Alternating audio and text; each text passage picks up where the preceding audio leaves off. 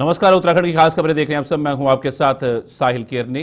कुछ खास और अहम खबरों के ऊपर सबसे पहले आपको देहरादून में लिए चलते हैं, जहां पर देहरादून में ग्राफिक एरा डीम्ड यूनिवर्सिटी का दीक्षांत समारोह का आयोजन किया गया था, जिसमें कि मुख्यमंत्री पुष्कर सिंह धामी ने प्रतिभाग किया और यूनिवर्सिटी के छात्रों को मुख्यमंत्री धामी ने संबोधित भी किया। अपने संबोधित के दौरान मुख्यमंत्री क्या कुछ कहते हुए नजर आए हैं, आइए देखिए।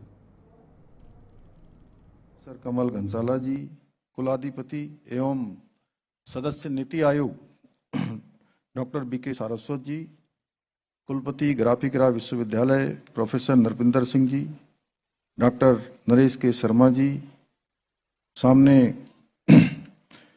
बैठे हुए हमारे भारतीय जनता पार्टी के प्रदेश के अध्यक्ष, राज्यसभा के सांसद आदरणीय महेंद्र भट्ट जी, हमारे विकासनगर क्षेत्र के विधायक आदरणीय मुन्ना सिंह चौहान जी, दूसरी पंक्ति में हमारे शिक्षाविद प्रोफेसर डॉक्टर संतोष एस सराफ जी, doctor Rakesh Sharma ji, doctor professor Durgesh Pant ji, doctor Sudhir Mishra ji, Rajprakash व्यास जी, प्रोफेसर डॉक्टर प्रदीप कुमार शर्मा जी एवं विश्वविद्यालय के सभी हमारे प्राध्यापकगण, अध्यापकगण और आज इस कार्यक्रम में पधारे सभी विशिष्ट महानुभाव भाइयों एवं बहनों और जिनके निमित्त आज का ये शानदार कार्यक्रम यहाँ पर आयोजित किया जा रहा है, ऐसे हमारे सभी छात्र छात्राएं, आने वाले समय के हमारे सभी कर्णधार, मीडिया के सभी मित्र, मैं सबसे पहले तो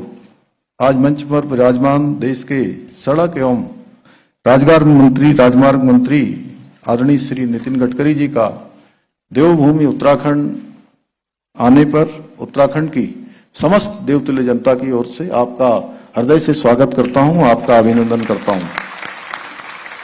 आदरणीय गडकरी जी के निर्देशन में देश भर में आज जो express way, green corridor, logistic hub और विश्व स्तरीय सड़कें विकसित हो रही हैं, वो नए भारत की पहचान है। आपको यदि हम आधुनिक भारत का विश्वकर्मा कहें तो कोई अतिशयोक्ति नहीं होगी। उत्तराखंड की बात करूं तो आपके द्वारा हमारे प्रदेश के विकास हेतु जिस प्रकार का सहयोग हमें दिया जाता है, हमारा मार्गदर्शन किया जाता है, उसके लिए मैं हृदय से आपका आभार व्यक्त करता हूं। और आज के इस अवसर पर मैं समस्त ग्राफिक एरा परिवार को विश्वविद्यालय के 12वें दीक्षांत समारोह की शुभकामनाएं देता हूं। मेरे लिए अत्यंत हर्ष का विषय है कि मुझे आज इस प्रतिष्ठित विश्वविद्यालय के दीक्षांत समारोह के गौरवपूर्ण अवसर पर आदरणीय गडकरी जी की प्रेरणादायी उपस्थिति में आप सबके बीच में उपस्थित होने का सौभाग्य प्राप्त हुआ है। मुझे बताया गया कि आज के दीक्षांत समारोह में कुल 3105 डिग्रियां, 37 PhD उपाधियां तथा 136 पदक प्रदान किए जा रहे हैं। इस विशेष अवसर पर मैं आप सभी विद्यार्थियों को हार्दिक बधाई देता हूं और बाबा केदार से आप सबके उज्जवल भविष्य की कामना करता हूं। साथ ही आज आदरणीय नितिन जी को भी डॉक्टरेट ऑफ साइंस की मानक उपाधि प्रदान की जा रही है। इसके लिए मैं आदरणीय गडकरी जी को भी बहुत बधाई देता हूं। प्रिय विद्यार्थियों, ये दीक्षांत समारोह आपके जीवन का एक बहुत महत्वपूर्ण पड़ाव है। ये केवल डिग्री प्राप्त करने का एक अवसर मात्र नहीं है, बल्कि आपके कठिन परिश्रम और समर्पण का भी प्रमाण है। आज से एक नई यात्रा पर आप निकल रहे हैं, जहां आपकी शिक्षा और संस्कार एक शक्तिशाली और विकसित भारत के निर्माण में महत्वपूर्ण योगदान देंगे। मैं आशा करता हूं कि आप अपने ज्ञान से, अपने कौशल से इसका उपयोग करके न केवल अपना भविष्य बेहतर बनाएंगे, बल्कि अपने परिवार की सुख समृद्धि और समाज के कल्याण में भी महत्वपूर्ण भूमिका निभाएंगे। मुझे जानकर अत्यंत प्रसन्नता हो रही है कि ग्राफिक एरा विश्वविद्यालय न केवल शिक्षा के क्षेत्र में बहुत उत्कृष्ट कार्य कर रहा है, बल्कि सामाजिक सरोकारों से जुड़े हुए अनेक कार्यों को भी आगे निभा रहा है। इसके लिए मैं समस्त विश्वविद्यालय परिवार को, कमल जी को विशेष रूप से साधुवाद देता हूं। आज आदरणीय प्रधानमंत्री श्री नरेंद्र मोदी जी के मार्गदर्शन एवं सहयोग से हमारी राज्य सरकार उत्तराखंड को अन्य क्षेत्रों की भांति शिक्षा के क्षेत्र में और नवाचार के क्षेत्र में भी अग्रणी राज्य के रूप में स्थापित करने के लक्ष्य पर निरंतर कार्य कर रही है। आज जहां एक और नई शिक्षा नीति लागू कर प्रदेश के विश्वविद्यालयों और शोध संस्थानों में आर्टिफिशियल इंटेलिजेंस, मशीन लर्निंग और बिग डेटा जैसे कोर्सेज को संचालित करने की पहल की जा रही है, वहीं देहरादून में साइंस सिटी, हल्द्वानी में एस्ट्रो पार्क और अल्मोड़ा में साइंस सेंटर का निर्माण कर हम राज्य में साइंटिफिक रिसर्च को बढ़ावा देने की दिशा में भी कार्य कर रहे हैं। हम सभी जानते हैं आज का रोजगार का परिदृश्य बहुत तेजी से बदल रहा है। तकनीकी नवाचार और वैश्विक परिवर्तन के कारण रोजगार के नए अवसर उत्पन्न हो रहे हैं और पुराने खत्म हो रहे हैं। इसके लिए अब हमें अपने युवाओं को फ्यूचर रेडी बनाना होगा। इस दिशा में हमने स्टार्टअप और इनोवेशन को बढ़ावा देने के लिए इंक्यूबेशन सेंटर स्थापित किए हैं, जिससे युवाओं में उद्यमिता को विकास किया जा सके, उन्हें अनेक प्रकार के प्रशिक्षण प्राप्त हो कि किस प्रकार से उनको काम करना है, किस प्रकार से आगे बढ़ना है। उत्तराखंड में पहली बार ऐसा हुआ है कि सत्ता में बैठी सरकार ने अपने ही सिस्टम में बैठे शीर्ष अधिकारियों पर सीधा और कड़ा प्रहार किया है।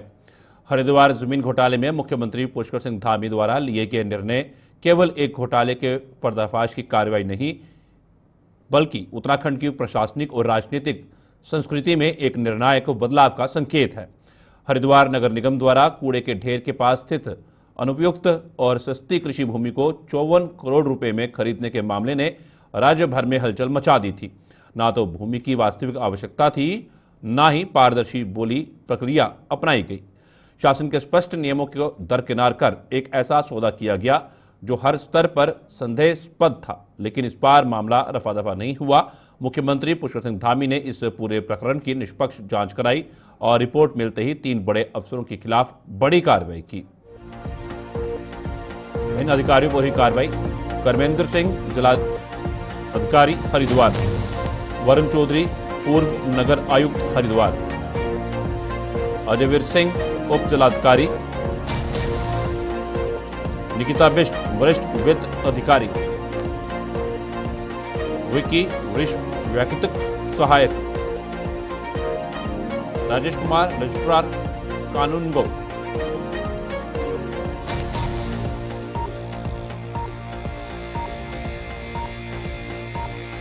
कमलदास, मुख्य प्रशासनिक अधिकारी।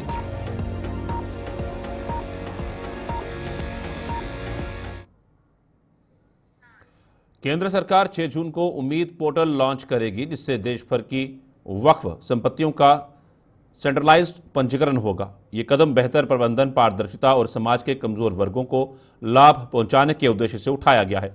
इसको लेकर उत्तराखंड वक्फ बोर्ड के प्रदेश अध्यक्ष शादाब शम्स ने जानकारी दी। उन्होंने कहा कि नए वक्फ अमेंडमेंट एक्ट में एक कदम और आगे बढ़ाते हुए 6 जून को देश के अल्पसंख्यक कल्याण मंत्री किरण रिजिजू पोर्टल का उद्घाटन करने जा रहे हैं, जिसमें वक्फ की सारी संपत्तियों को ऑनलाइन किया जाएगा।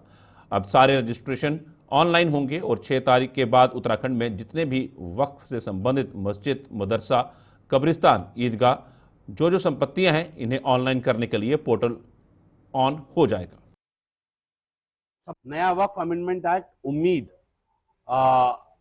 जिस तरह से मोदी सरकार लेकर आई है, अब उसके एक कदम और आगे बढ़ते हुए 6 तारीख को देश के केंद्रीय मंत्री, अल्पसंख्यक कल्याण मंत्री आदरणीय किरण रिजिजू उस पोर्टल का उद्घाटन करने जा रहे हैं, जिसमें सारी संपत्तियों को वक्फ की ऑनलाइन किया जाएगा।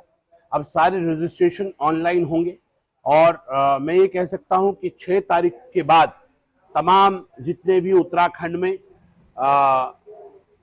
वक्फ से संबंधित मस्जिद, मदरसा, कब्रिस्तान, ईदगाह, जो संपत्तियां हैं, करबला, इन तमाम संपत्तियों को ऑनलाइन करने के लिए पोर्टल ऑन हो जाएगा। इसलिए आपके टीवी चैनल के माध्यम से भी मेरा तमाम लोगों से अनुरोध है कि वो 6 तारीख को जब माननीय अल्पसंख्यक कल्याण मंत्री उसका इनॉग्रेशन करें, तो सब लोग उसके ऊपर अपने आप को रजिस्टर्ड कर लें, जिससे कम से कम कहां क्या स्थिति है, सरकार उस चीजों को देखकर उनको रजिस्टर्ड कर सके। नया वक्फ अमेंडमेंट एक्ट उम्मीद उत्तराखंड में 2 दिनों तक बारिश का अलर्ट जारी किया गया है। देर रात से उत्तराखंड के कई क्षेत्रों में लगातार बारिश हो रही है। हालांकि अभी मानसून आने में समय है, लेकिन बारिश को देखते हुए उत्तराखंड आपदा प्रबंधन सतर्क नजर आ रहा है। आपदा प्रबंधन सचिव विनोद कुमार सुमन ने बताया कि अभी बरसात हल्की है और मानसून भी नहीं आया है, लेकिन आपदा प्रबंधन पहले से सभी तरह की स्थिति से निपटने के लिए विभाग तैयार है। सभी आपदा प्रबंधन उपकरणों की पहले जी जांच की जा रही है। लगातार केंद्रीय विभागों के साथ सेमिनार और कार्यशाला आयोजित कर जरूरी प्रशिक्षण कर्मचारियों को दिए जा रहे हैं। साथ ही ऐसे स्थानों पर जहां भूस्खलन होता है उनको चिन्हित कर जरूरी इंतजाम किए जा रहे हैं। सभी जिलों के जिलाधिकारियों को जरूरी निर्देश दे दिए गए हैं, जिसमें रास्ता बंद होने पर राशन, गैस और खाने पीने की किसी तरह की कोई कमी ना हो, स्थानीय लोगों को किसी तरह की दिक्कत का सामना ना करना पड़े, इसके लिए माकूल इंतजाम किए जा रहे हैं। अभी नॉर्मल बरसात है, कोई चिंताजनक स्थिति नहीं है। और बरसात के बारे में हर 3 घंटे में हम लोग यहाँ से मैसेज भेजते रहते हैं। जिस जगह बरसात होनी होती है उसके दायरे में जो लोग आते हैं उनको SMS के माध्यम से भी सूचना दी जा रही है। हम कई प्रकार के ग्रुप भी बनाने जा रहे हैं, जिसमें स्थानीय स्तर पर लोगों के ग्रुप रहेंगे। जब बरसात की संभावना होगी तो उस ग्रुप में भी मैसेज जाएगा। और बरसात में ख़राब मौसम को देखते हुए जनपदों को कुछ निर्देश दिए गए हैं। इसी क्रम में एक वर्कशॉप हम लोगों ने शनिवार को आयोजित किया था, जिसमें भारत सरकार के और राज्य सरकार के जितने विभाग हैं संबंधित सबके साथ डिटेल में चर्चा की गई। लगभग 8 घंटे तक वर्कशॉप चला है। इसके अलावा माननीय मुख्यमंत्री के निर्देश पर जो जनपदों में आपदा के उपकरण हैं सबको ठीक करने के लिए कहा गया है। उपकरण का अभ्यास करने के लिए कहा गया है, सबको संचालित करने के लिए अभ्यास करा लिया जाए। जहाँ पर पानी का जमाव होता है वहाँ पर वाटर के लिए, ड्रेनेज के लिए व्यवस्था करने के लिए जो अवरोध हैं उसको हटाने के लिए कहा गया है। नाले नालियों की सफाई के लिए कहा गया है। जब तेज़ बरसात होती है तो पानी की लाइन, बिजली की लाइन और संचार के साधन और पुल वगैरह ध्वस्त होने की संभावनाएं होती हैं, गिरने की, क्षतिग्रस्त होने की संभावना होती है। उसको देखते हुए आवश्यक उपकरणों का भंडारण करने के लिए जहाँ जहाँ आवश्यक है वहाँ रख लें। इसके साथ ही साथ राशन, डीजल, पेट्रोल और LPG गैस और जो आवश्यक वस्तुएं हैं उसको जगह जगह भंडारण कर लिया जाए, ताकि अगर रास्ता बंद होता है लंबे समय तक, 15 दिन, महीने भर के आसपास, तो हम लोगों को कोई दिक्कत न होने दें, इसका उपाय कर लिया जाए। इसके साथ ही साथ जहाँ जहाँ रास्ता बंद होने की संभावना होती है हम लोग वहाँ पर JCB मशीनें, मैन पावर रखते हैं, ताकि जब कभी रास्ता बंद हो तो तत्काल हम बिना समय गंवाए इसको खोलने का काम कर लें। जहाँ जहाँ जल भराव होने की संभावना ज़्यादा रहती है वहाँ पर जल निकासी की व्यवस्था करने के लिए, और पानी में डूब जाने के कारण जब जो लोग फंस जाते हैं तो उसके लिए कहा गया है कि नाव, स्टीमर, राफ्ट या इस तरह के उपकरण की व्यवस्था कर लें, ताकि जब कभी लोग जल भराव होने के कारण फंस जाते हैं तो तत्काल निकल जाए वहाँ से। इसके साथ ही साथ आश्रय स्थल डेवलप करने के लिए कहा गया है कि जहाँ जहाँ आवश्यकता है सब जगह आश्रय स्थल की पहचान कर लें। जब कभी लोग भूस्खलन के कारण, जल भराव के कारण या किसी और कारण से, आपदा के कारण विस्थापित करना पड़ता है, तो टेम्परेरी शेल्टर के रूप में उनको कहाँ रखा जाना है, जहाँ रखा जाना है वहाँ पर व्यवस्था कर ली जाए। वहाँ बिजली, पानी, शौचालय और खाने पीने की व्यवस्था कर ली जाए, ताकि सुचारू रूप से लोगों को हम राहत पहुँचा सकें। उत्तराखंड में 10 जून तक मानसून आने की संभावना है। ऐसे में PWD विभाग ने भी कमर कस ली है। विभाग के HOD राजेश चंद्र शर्मा ने बताया कि मानसून की तैयारी को मुकम्मल रूप दिया गया है। बताया गया कि उन स्थानों का चयन किया गया है जहां पर रोड ब्लॉक रहती है। JCB और पोकलेन मशीन को भी डिप्लॉय करना शुरू कर दिया है। इस वर्ष 1100 मार्ग ऐसे चिन्हित किए गए हैं जो बंद रहते हैं। उनके लिए 338 वैकल्पिक मार्गों को आइडेंटिफाई कर लिया गया है। बताया कि विभागीय व कॉन्ट्रैक्टर्स के जरिए तैनात की जाने वाली JCB की निविदा भी आमंत्रित की जा चुकी है। इस बार 278 JCB व पोकलेन मशीन उन स्थानों पर तैनात की जाएंगी जहां पर लैंडस्लाइड की संभावना रहती है। देखिए, जैसे हम गत वर्षों में भी मानसून की तैयारियां करते हैं, मानसून की तैयारियों में हमारे कौन कौन से क्रॉनिक लैंडस्लाइड जोन्स हैं वो हमने आइडेंटिफाई कर लिए हैं। इसके अलावा जहां जहां हमारे JCB, पोकलेन इत्यादि हमारी जो डिप्लॉय होनी है उसकी तैयारी भी हमने पूरी कर ली है। कितने मार्ग, इस बार हमने ये भी देखा है कि हमारे कौन कौन से मार्ग ऐसे हैं जो बंद होते हैं और उनके अल्टरनेटिव क्या क्या हैं उसकी भी हम लोगों ने पूरी तैयारी कर ली है। जैसे हमने जो हमारे एक्सपीरियंसेस हैं उसमें यह है कि 1104 ऐसे मार्ग हैं जो हमारे जनरली बंद होते हैं जहाँ पर लैंडस्लाइड आता है, उसके लिए 338 जो वैकल्पिक मार्ग वो भी हमने आइडेंटिफाई कर लिए हैं। उन मार्गों को भी हमने ये रखा है कि अगर कोई मेन रोड हमारी बंद होती है तो उन वैकल्पिक मार्गों से हम यातायात को चला सकें। इसके अलावा जेसीबी का प्रोक्योरमेंट जो हमारी विभागीय है, इसके अलावा जो हम कॉन्ट्रैक्टर्स के हायर करते हैं उसके लिए भी हमारे डिविजन्स के द्वारा सबकी निविदाएं आमंत्रित कर ली गई हैं। और हमारा प्लान ये है कि इस बार हम 278 हम अपनी ये जो जेसीबी पोकलेन इत्यादि हैं वो ऐसे स्थानों पर डिप्लॉय करेंगे जहाँ पर हमारे लैंड। उत्तराखंड कैडर की आईपीएस अधिकारी रचिता जुयाल ने अपने इस्तीफे को लेकर बड़ा बयान दिया है। उन्होंने साफ किया कि यह फैसला पूरी तरह से उनके व्यक्तिगत कारणों और भविष्य की योजनाओं पर आधारित है। रचिता जुयाल ने कहा कि उनके कुछ निजी लक्ष्य हैं जिन्हें पूरा करने के लिए उन्होंने सेवा से अलग होने का निर्णय लिया है। इसके साथ ही उन्होंने उत्तराखंड से अपने गहरे जुड़ाव को भी दोहराया और कहा कि उत्तराखंड मेरे दिल के बहुत करीब है और जहां भी रहूंगी, जिस भी क्षेत्र में काम करूंगी, उत्तराखंड के लिए मेरा सहयोग और योगदान हमेशा बना रहेगा। उनका यह बयान ये साफ करता है कि वे प्रशासनिक सेवा से भले अलग हो रही हैं, लेकिन राज्य के प्रति उनकी प्रतिबद्धता बरकरार है। रिसेंटली मैंने अपना रेजिग्नेशन दिया है आफ्टर 10 years ऑफ सर्विस। ये रेजिग्नेशन जो है मैंने अपने पर्सनल रीजंस की वजह से दिया है। लाइफ में जैसे सबके अपने प्लान्स होते हैं वैसे मेरे भी कुछ प्लान्स हैं जिनको मैं परस्यू करना चाहती हूँ, तो उस कारणवश मैंने ये रेजिग्नेशन दिया है। और काफ़ी लंबे समय से मेरे फैमिली में इस बारे में हम लोग विचार कर रहे थे, तो हमें जो सही समय लगा अपने कन्वीनियंस के हिसाब से उसी समय हमने ये प्लान किया है। आगे भी मैं, क्योंकि उत्तराखंड से मेरा खास लगाव है, मैं उत्तराखंड से ही बिलोंग करती हूँ, तो आगे भी मैं उत्तराखंड में कंट्रीब्यूट करती रहूंगी और जिस भी कैपेसिटी में मैं आगे फ्यूचर में वर्क करूंगी तो यहाँ मैं हमेशा अपना कंट्रीब्यूशन देती रहूँ। इन दिनों देश में 3 ऐसे साइबर क्राइम तेजी से बढ़ रहे हैं जो न केवल आम लोगों को निशाना बना रहे हैं बल्कि पुलिस के लिए भी बड़ी चुनौती बन चुके हैं। आलम यह है कि हर दिन प्रदेश का 1 करोड़ रुपए से ज़्यादा की इन मामलों में ठगी देखने को मिल रही है और आम जनता इनके चंगुल में फंस भी रही है और अपनी कमाई इनको दे रही है। वैसे तो साइबर ठग समय के साथ लोगों को ठगने के लिए नए नए तरीके अपनाते हैं। हालांकि साइबर पुलिस साइबर ठगों पर शिकंजा कसने की कोशिश भी करती है और लोगों को जागरूक करने का काम भी लगातार है। इतना ही नहीं, आम जनता के फ़ोन पर डायल टोन में भी साइबर ठगी से बचने की अपील की जा रही है। तरीके फिर एक बार देखने को मिले, किस तरीके के तरीके हैं, क्या क्या इससे हो सकता है? ये बहुत अहम सवाल है कि जो टॉप 3 ट्रेंडिंग अभी जो साइबर हमने देखे हैं क्राइम, जो हमारा जो विश्लेषण है उसमें पहला हम बताना चाहेंगे सेक्सटॉर्शन के काफ़ी मामले हैं, जिसमें वो आपको वीडियो कॉल करते हैं व्हाट्सएप के माध्यम से या किसी भी सोशल मीडिया प्लेटफॉर्म पे, और वहाँ पे कोई महिला की फेक आईडी बना करके फिर जो वीडियो कॉल होता है उसमें आपकी आइदर लाइव फोटो ले ली जाएगी या लाइव वीडियो जो है कैप्चर कर ली जाएगी और उसके बाद पैसे मांगे जाते हैं। तो सेक्सटॉर्शन जो है एक बहुत बड़ी चुनौती है, जो कि पहले भी कई साल पहले भी 2-3 साल पहले काफ़ी इसके मामले आए, तो दोबारा इसके मामले देखे जा रहे हैं।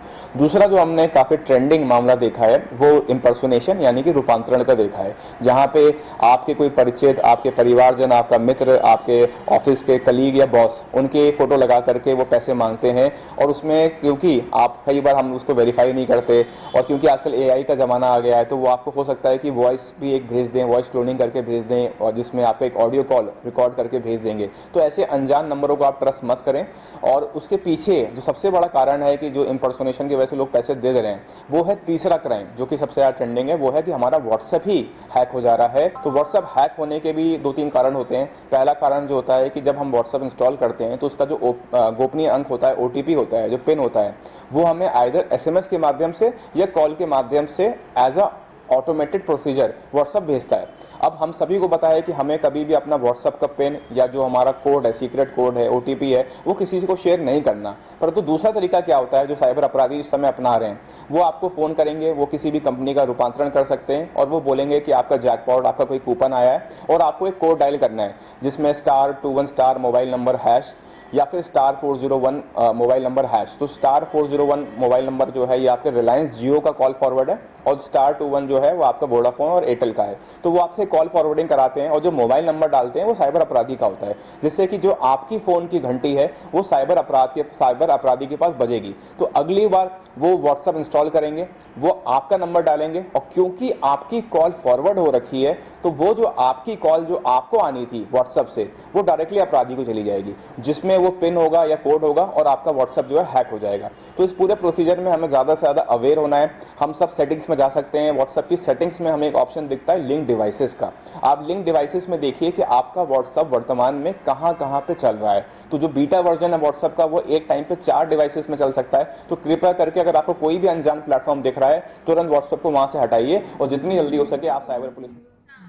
उत्तराखंड की खास खबरों में फिलहाल इतना ही। दीजिए इजाजत, नमस्कार।